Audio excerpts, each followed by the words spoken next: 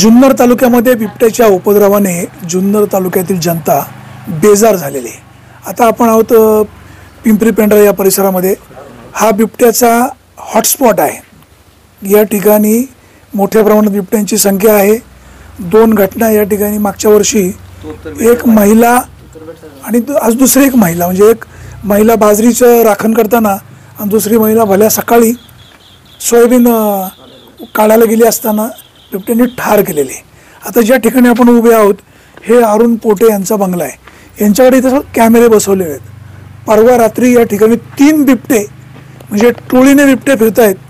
3 बिबटे 12 ते 2:30 वाजेपर्यंत ह्या बंगल्याला गोल गोल फेऱ्या घालत होते। इथे यांचा कुत्रा आहे, त्या कुत्र्याचा एक पिंजरा आहे, त्याच्यामध्ये एक कुत्रा असतो। संध्याकाळी ते मोकळा सोडतात, आता बिबट्याच्या भीती हाच तो कुत्रा, तो अतिशय शार्प कुत्रा आहे। काल पुन्हा 2 बिबटे आल्यावर त्या बिबट्याने सुद्धा त्या कुत्र्यावर हल्ला करायचा प्रयत्न केला। सुदैवाने बिबट्यावर हल्ला झाला नाही। आता वन खात्याने एक नवीन काहीतरी शोध लावला आहे। हे कुठली तरी काडिक लावली, त्याला कुठला तरी स्मेल दिला आहे, औषध फवारणी केली आणि म्हणाले ह्या वासाने इथं काहीच येणार नाही, कुत्र्यासुद्धा बांधून ठेवणं ते मरेल, असं म्हणाल्यानंतर रात्री पुन्हा 2 बिबटे आले होते। म्हणजे वन खात्याकडनं काही मस्करी चालली का लोकांची, असाही प्रश्न पुढे होतोय। संध्याकाळी 6च्या नंतर अघोषित संचारबंदी होते। पुन्हा मी तेच वाक्य वापरतोय, अघोषित संचारबंदी होते। म्हणजे सूर्यास्तानंतर एक शेजारचा माणूस शेजाऱ्याकडे जात नाही का, तर बिबट्याची प्रचंड भीती आहे। जुन्नर तालुक्याचे आमदार शरददादा सोनवणे यांचं आंदोलन याच गावामध्ये झालं होतं। ज्यावेळेस ती सोयाबीन काढायला गेलेली महिला बिबट्याच्या भक्ष्यस्थानी गेली होती, त्यावेळेस शरददादा म्हणाले होते आता बस झालं, एक तर बिबट्या राहील नाही तर मी राहील। दादांच्या प्रतिसादाला जनतेने साथ दिली, ते आमदार झाले। दादांचे प्रयत्न चालू आहेत, सरकारचे प्रयत्न चालू आहेत, एवढे बिबटे पकडू तिकडे सोडू असं म्हणतायत, कृती काय होत नाही। जनता हतबल आहे। आपल्यासोबत अरुणदादा पोटे आहेत। दादा काय तुम्ही सांगाल, बिबट्यांची संख्या खूप वाढते। तुमच्या घराजवळ परवा 3 बिबटे आले, रात्री पुन्हा 2 आले। नाही बिबटे तर आपल्या इथं कंटिन्यू चालूच होते, येतच होते, पण आपण कधी कॅमेऱ्यात लक्ष दिलं नाही। पण एक आता परवा दिवशी ते 12 वाजल्यापासून त्यांनी जे चालू केलं यायला, ते कुत्र्यासारखं त्याच्या मागं लागलं, त्यामुळं आमच्या लक्षात आलं, म्हणून आम्ही कॅमेरे पाहिले। ते 3 दिवस कंटिन्यू आपल्या इथं बंगल्याच्या आजूबाजूला चक्रा मारतात। ते कुत्र्याला पण जवळ पकडलंच होतं, ते वाचलं आहे कुत्रं आमचं। रात्री त्याला पिंजऱ्यात ठेवलं, पण रात्री पण ते जेव्हा स्मेलचं औषध टाकलं, म्हटलं आता कुत्रा मरल नाही तर म्हणून ते त्याच्यात टाकलं। पण त्याच्यानंतर रात्री पण 2 बिबटे इथं पाहिले। जवळ 4 वाजल्यापासून 4 वाजता त्याला पाहिलं आपण, 4 वाजल्यापासून ते आवाज काढतात मोठमोठाने, जोरात ओरडायला लागले, म्हणून जाग आली। तर आम्ही जवळजवळ 2 तास रात्री जागे। परवा दिवशी 12 वाजल्यापासून सकाळी दिवस उगेपर्यंत आम्ही जागीच होतो, म्हणजे 2 दिवस आम्हाला झोपायलाच नाही भेटलं। आता उसांना आम्हाला पाणी भरायचे, पण त्या उसांकडं जाताच येणार नाही आम्हाला, जायचं म्हणजे बेवच वाटते ना। 12 खोलायला तर वाकावं लागेल। आता हे वन खाते वगैरे म्हणतात ते वाकले नाही पाहिजे, आता 12 खोलायला तर वाकावंच लागणार आहे। नाही वारी द्यायला देऊ फोडून पाणी, पण वाकलं तर पाहिजे। आता कोण लेबर तर जाऊच शकत नाही, म्हणजे अशी परिस्थिती आमच्या आता सध्या। कोण आलं तिकडे? वन खात्याची काल कोणतरी 3 पोरं पाठवली होती त्यांनी ते स्मेल द्यायलासाठी औषध टाकलं, सगळ्या साईडनी काड्या लावल्या, त्याच्यावर लिक्विड टाकलं। त्यांनी फक्त आमच्या घशाला त्रास झाला, पण वाघांना काय फरक नाही पडला, ते आलेच 2। आता जर असं जर रोज होत राहिले तर आम्ही एकदा दिवस माळवल्यानंतर घराच्या बाहेर जाऊच शकत नाही, एवढी परिस्थिती भयाने। बरं इथं पोरं आहे, समोर एक घर आहे, तिथं 2 बारीक पोरं आहे, इथं बाजूला बंगला आहे सचिन पोट्यांचा, खडकमाळ। हां खडकमाळ, त्यांच्या घरात बारखांनी 5-6 पोरं आहेत। त्यांनी बाहेर जर कोणी जायचं असं अचानक परत काय झालं नंतर मग काय उपाय करणार आहे का? पिंजऱ्याची अनेक वेळा मागणी केली, मी तुम्हालाही फोन केला होता, तुम्ही पण साहेबांना कोणाला फोन केला, विनंती केली, ते पण आले नाही। शेवटी तुम्ही आले पण वन खातेवाले काय आले नाही। मीडियाने थोडी काळजी घेतली, पण वन खात्याने अजिबात काळजी नाही घेतली। भविष्यात काय घडलं तर मग ही जबाबदारी कोणची? आणि एवढे बिबटे जबरदस्त आहे की त्याला खायला काहीतरी पाहिजे ना। आज जर 400-500 बिबटे यांना खाण्याकडून भेटणार आहे, ते येणारच आहे, माणसानं हल्ला करणारच आहे ना।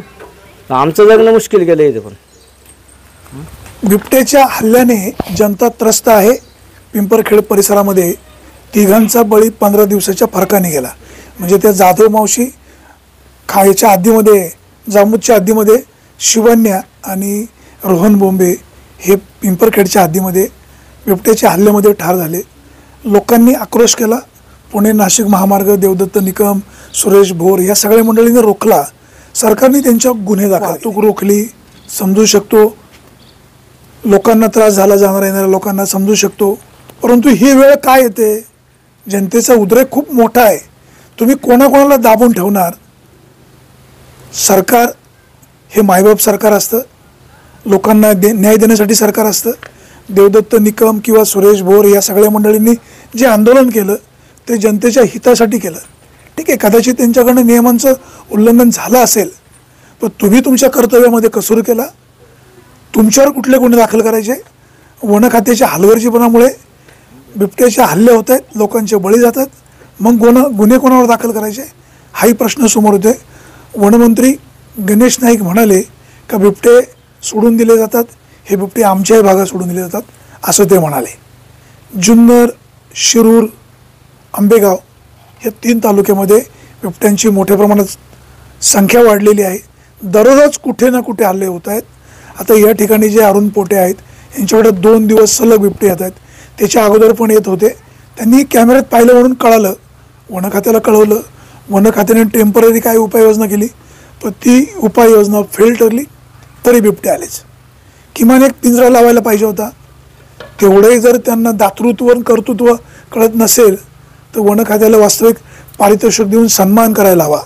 म्हणजे वन खातं उदासीन का आहे? अजून इथं एखाद्याचा बळी जाणं अपेक्षित आहे का? वन खात्याच्या अधिकाऱ्यांनो, तुम्हाला हात जोडून विनंती. तुम्ही फोन केला त्यांना म्हणून ते रात्री आले होते 7 वाजता, नाही तर कोणी दखल नव्हती घेतली, काहीच नाही. त्या अधिकाऱ्याचा फोन नाही आला? त्या अधिकाऱ्यांचा फोन नाही, कोणी इथं आली नाही अधिकारी. फक्त त्यांची ती गाडी असते रेस्क्यू टीम, ते आली, त्यांनी ते लिक्विड वगैरे काय टाकलं आणि निघून गेली. तुम्ही फोन नसतं केला, ते आले पण नसते कोणी. म्हणजे मी सगळ्यांना इथं फोन केले होते 2-3 अधिकाऱ्यांना, त्यांच्या ते माझ्याकडे नंबर आहे त्यांना केले, ते नाही दखल घेतली कोणी. त्यांना काय ते सगळे रोजचं झाले, ते म्हणतात आम्हाला काही फरक नाही पडतात. त्यांनी जिल्ह्याचे वनसंरक्षक आपण देखील काळजी घेणं गरजेचं आहे. ठाकरे साहेबांनी, त्याचबरोबर आपल्या भागातील प्रशांत खाडे सर, तुम्ही सुद्धा हे 4 तालुक्याचे प्रमुख आहात. आशिष ठाकरे साहेब जिल्ह्याचे प्रमुख आहेत, जिल्हा वनसंरक्षक साहेब. लोकांचे जर अशा व्यथा असतील आणि तुमची लोक अशा पद्धतीनं जर टंगळमंगळ करत असतील, लोकांचा उद्रेक का वाढणार नाही? जनतेसाठी देवदत्त निकम, सुरेश भोर किंवा ती सगळी मंडळी 200-250 लोकांनी जो आक्रोश केला तो जनहितासाठी केलेला आहे. पुढे कोर्टात काय निकाल लागेल तो लागेल, पण जनतेसाठी लढायचं नाही, प्रश्न मांडायचे नाही. जर तुम्ही या ठिकाणी पिंजरा दिला, व्यवस्था केली, तर हे तुमच्या विरुद्ध कशाला ओरड करतील? आपल्यासोबत दुसरे एक सहकारी तर त्यांच्याशी बोलूया. दादा, तुमचं काय नाव? नमस्कार. नमस्कार. माझं नाव विजय चव्हाण. माझ्याकडं 35 एकर क्षेत्र आहे शेतीचं, पण आज मी पाणी भरू शकत नाही त्या शेतीला. माझ्याकडं 15 एकर मका आहे, ऊस आहे, केळी, कांदा आहे, पण माझ्याकडे आज पाणी भरायला माणूस येत नाही. माझ्याकडं दररोज बिबटा येतोय. माझ्याकडे पोल्ट्री आहे माझी, तिथं रोज कुठं ना कुठं दर्शन आहे आम्हाला. आम्ही शेती करायची की आमची शेती तुम्ही विकत घ्या आणि आम्हाला तुमच्याकडे हे ठेवा कामाला, की 25 लाखाचे आम्ही मानकरी झाल्यावर तुम्ही जागे होणार का हे सांगा भाऊ आम्हाला, की बघा आम्ही काय करायचं आता, शेती कशी करायची. आमच्या उदरनिर्वाहाची तुम्ही सोय करा, आम्ही शेती बंद करतो. एवढंच फक्त मला साहेबांशी बोला, एवढी विनवणी आहे. आमच्याकडे तुम्ही लक्ष द्या. पिंजरे आम्ही किती वेळा मागणी केली, कादाच बोडकेत ना की रोज मी व्हिडिओ टाकतोय. साहेब काहीतरी तुम्ही याच्यात लक्ष घाला. तुम्ही त्यांना नाही सांगितलं पिंजरे येणार आहे आपल्याला, पिंजरे मिळणार, एवढीच उत्तरं आहेत आम्हाला फक्त मिळत आहेत. याच्या पुढं काहीच होत नाही. आम्ही शेती कशी करायची याचं उत्तर आम्हाला आताच मायबाप सरकारने द्यावं. आमदार साहेबांनी आम्हाला शब्द दिला होता, एक तर मी बिबट्या राहील किंवा मी राहील गावात. आज काय झालं त्याचं साहेबांचं भाऊ? मग आता काय करायचं तुम्हीच सांगा साहेब. आता वाणी साहेब तुम्हीच आता आमच्या व्यथा तुम्ही सरकारपर्यंत पोहोचवावा, एवढीच आमची अपेक्षा आहे जुजबी फक्त. धन्यवाद. जनतेचा उद्रेक दिवसेंदिवस मोठ्या प्रमाणात वाढतोय. वन खात्याच्या अधिकाऱ्यांनो, आपण दखल घ्या. या विभागाचे जे जुन्नर, आंबेगाव, खेड, शिरूर 4 तालुक्याचे जे इन्चार्ज आहेत, उपवन संरक्षक प्रशांत खाडे साहेब, सध्या बिबट्याने हैदोस घातला आहे. तुमच्या लोकांची धावपळ आहे, समजू शकतो. जिल्ह्याचे वनसंरक्षक ठाकरे साहेब, आपल्याला पण खूप व्याप आहे. इथं काम करणारे कर्मचारी यांचा खूप व्याप आहे. याचा अर्थ असं नाही ना तुम्हाला याच कामाला शासनाने नियुक्त केलेलं आहे. ज्या ठिकाणी तक्रार आहे त्या ठिकाणी पिंजरा लावायला हवा. आज पिंजरा नसेल तर दुसऱ्या दिवशी पिंजरा देणं शक्य नसेल तर त्यांना फोनवर कॉन्टॅक्ट केलं पाहिजे, त्यांना भेटलं पाहिजे. लोकांना समुपदेशन करण्याची गरज आहे. आता इथं ताई मगाशी म्हणाल्या की दादा पण म्हणाले तुम्ही वाकून शेतामध्ये काम करू नका. खुरपायचं कसं? बाराचे नट बोल्ट खोलायचे, बारे बदलायचे, वाकावं तर लागणारच आहे. शेतकऱ्यांना जगणं मुश्किल झालंय. या परिसरामध्ये बिबट्यांचं हॉटस्पॉट बनलेलं आहे.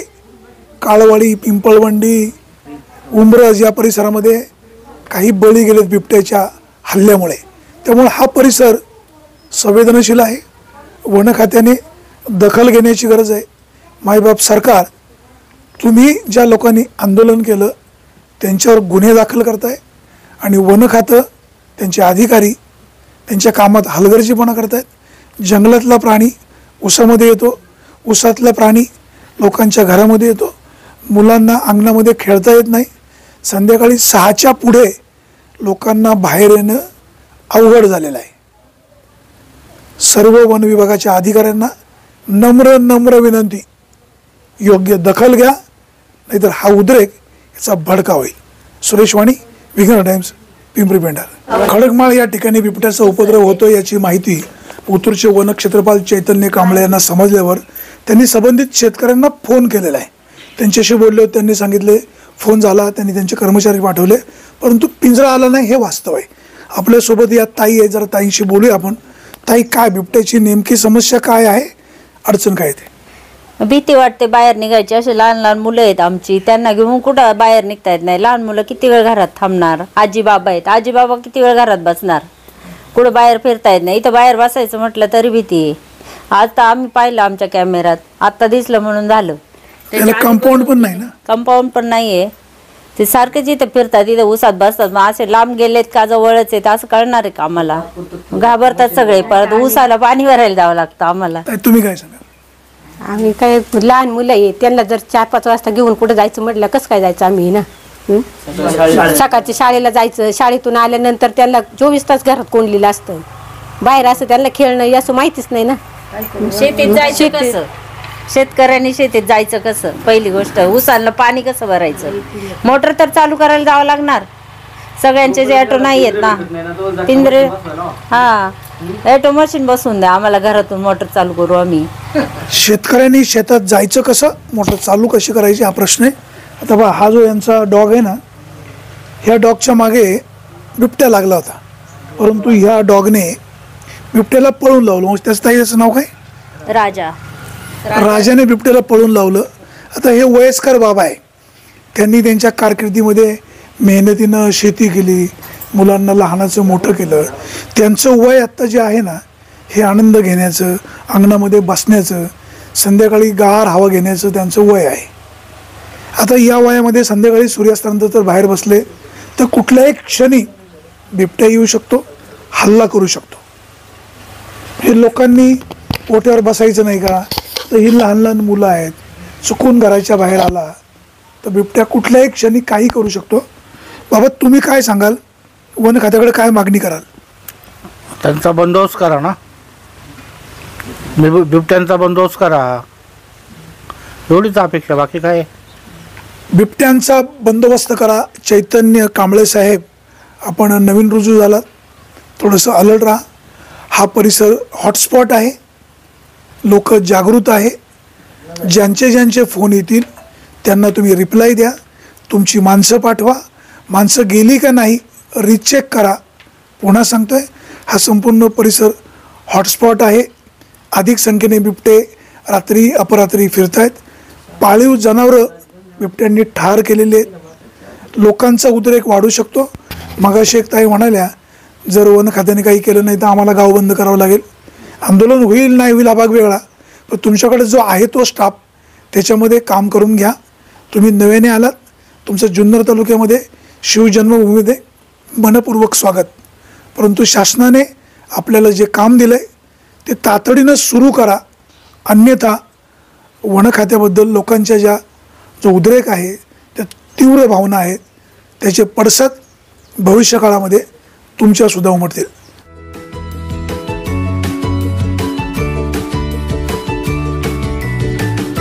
बातम्या शेतीच्या, बातम्या मातीच्या,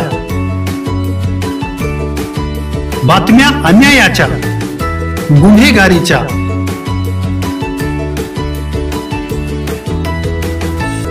राजकारणाच्या आणि समाजकारणाच्या. शोषणाविरुद्ध बुलंद आवाज, जनसामान्यांच्या हुंकाराची गाज, सत्कार्याला प्रोत्साहन, दुष्कृत्याला अनुशासन, निर्भीड, निस्पृह, सडेतोड, बेधडक आणि रोखटोक म्हणजेच विघ्नहर टाइम्स. शोध बातमीचा, ध्यास सत्याचा. आपलं चॅनल, आपली बातमी. सबस्क्राईब तर कराच, पण बेल आयकॉनवर क्लिक करायलाही विसरू नका.